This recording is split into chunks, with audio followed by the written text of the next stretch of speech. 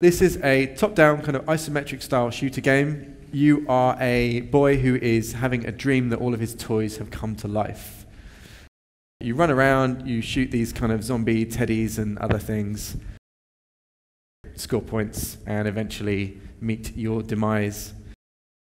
So that's what we're going to make. We're going to be learning all kinds of various different things in the editor, from putting together a scene, implementing animated characters, AI, bit of the new UI, and yeah, all kinds of different stuff. It's a very uplifting game. You can't win, you can only eventually lose. Yeah. So that's the way we prefer to make them. Yeah. So the very first thing you'll notice is that on my screen I have the project open.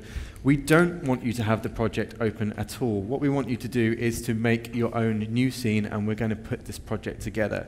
So if anyone has got the scene open, we don't want you to do that. We want you to make a brand new scene. So first of all, we're going to go to File, New Scene. Then what we want you guys to do, to make sure that everyone's kind of on the same page, we're going to ask you to set up the editor in the same style that we have. If you're comfortable with Unity, you've used Unity before, and you prefer to work in your layout of the editor, that's totally cool. You can keep that. But if you're new to Unity, what we'd like you to do is to choose the layout menu in the upper right and choose 2 by 3.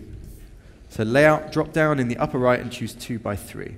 That will get you a style that looks something like this. Then what we'd like you to do is to drag the project panel and drop it below the hierarchy. You'll note when you drag the title tabs of the panels around, they will dock into different spaces. Drop that below the hierarchy, and then you can just drag up the division between those two. Maybe drag this over a little, and then you should be all set. So hopefully everyone's got a view like that. Then what I usually like to do is with the project panel, because we don't really need to use the thumbnails particularly, there's a slider at the bottom which will change to list view when dragged all the way over to the left.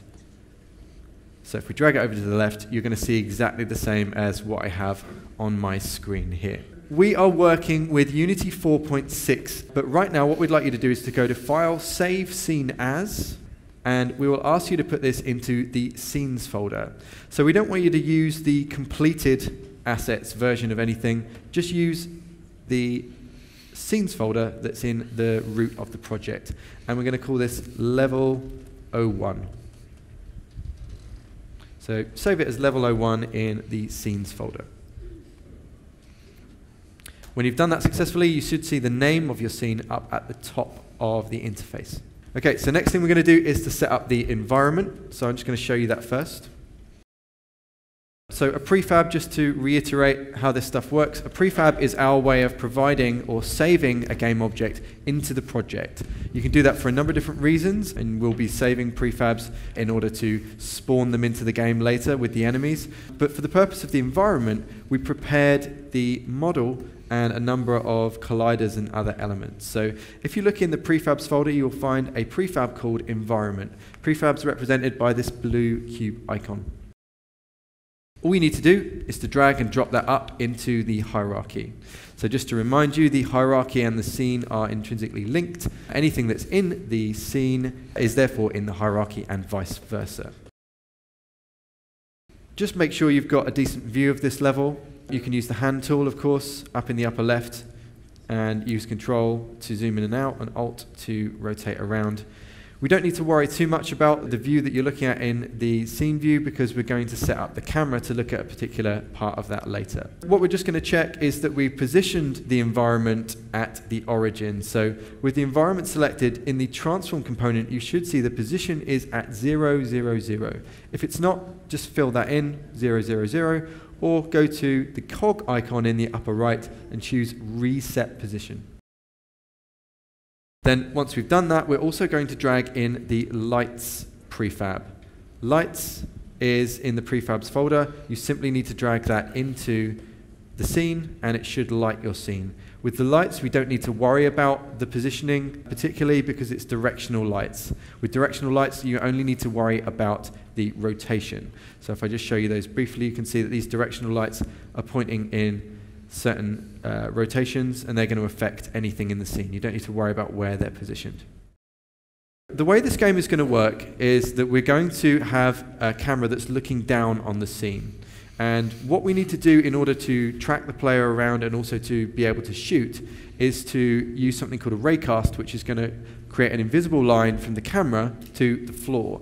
But we've got a very inconsistent floor. We've got a number of different environment objects, such as these stool, the Lego bricks, the broken train, and all these different things. So we don't want to worry about raycasting onto those at different heights. So to make things a lot simpler, what we're doing is we're going to add in a plane quad.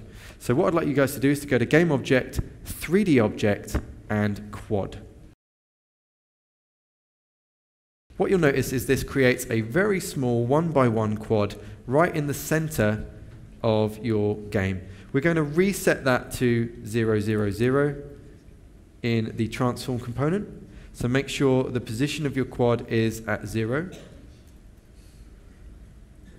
And we're going to rotate it by 90 degrees in the x-axis. Finally, we want this to cover the entire game level. So we're going to scale this by 100 in x and 100 in y. We're going to name this floor.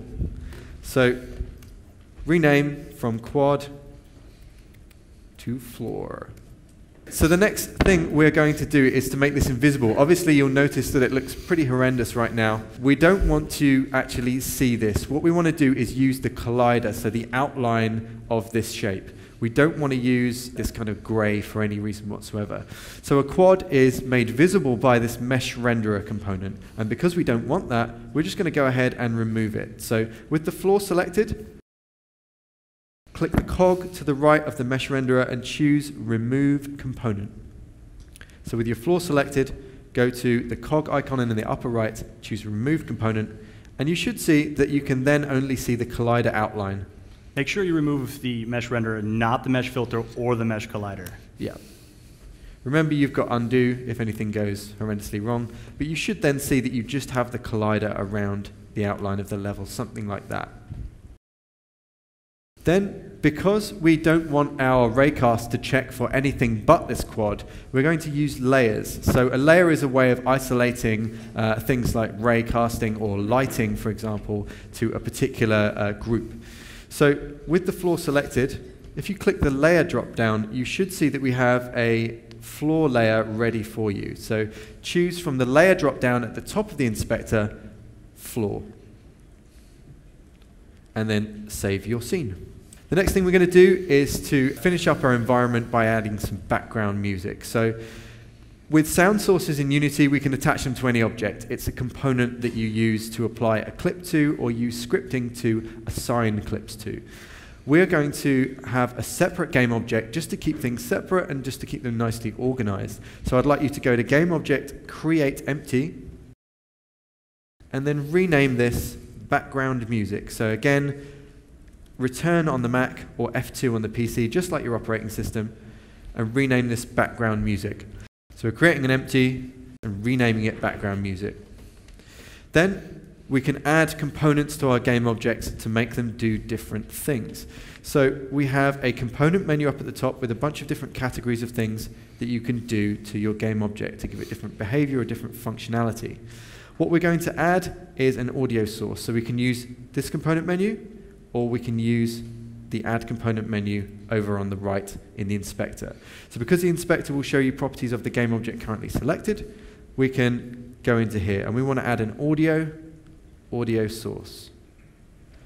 We don't really want to hear the music for this game playing every time you press play in your game, but just to make sure that everyone's works, we are going to do it once. So to assign an audio clip to the audio source, we can use the circle select. We're going to refer to circle select a lot throughout the day. It's the small nipple-like icon to the right of the audio clip. And what that will do is pop up a context window, which is going to allow you to find the file you need. The file you need is background music, surprisingly enough, and simply closing that window will assign it to that. For everyone's sanity, uncheck play on awake. We also want the music to loop when we are finished with the day, with the game. We do want it to loop. So uncheck play on awake and check loop. In the volume on the component, there is a slider. And we can just drag that down to about 0.1. So that's just to balance it with the other sound effects that we have in the game, and then you can go ahead and save your scene once more. That's the end of phase 1, setting up the environment. The next thing we're going to do is look at our player character.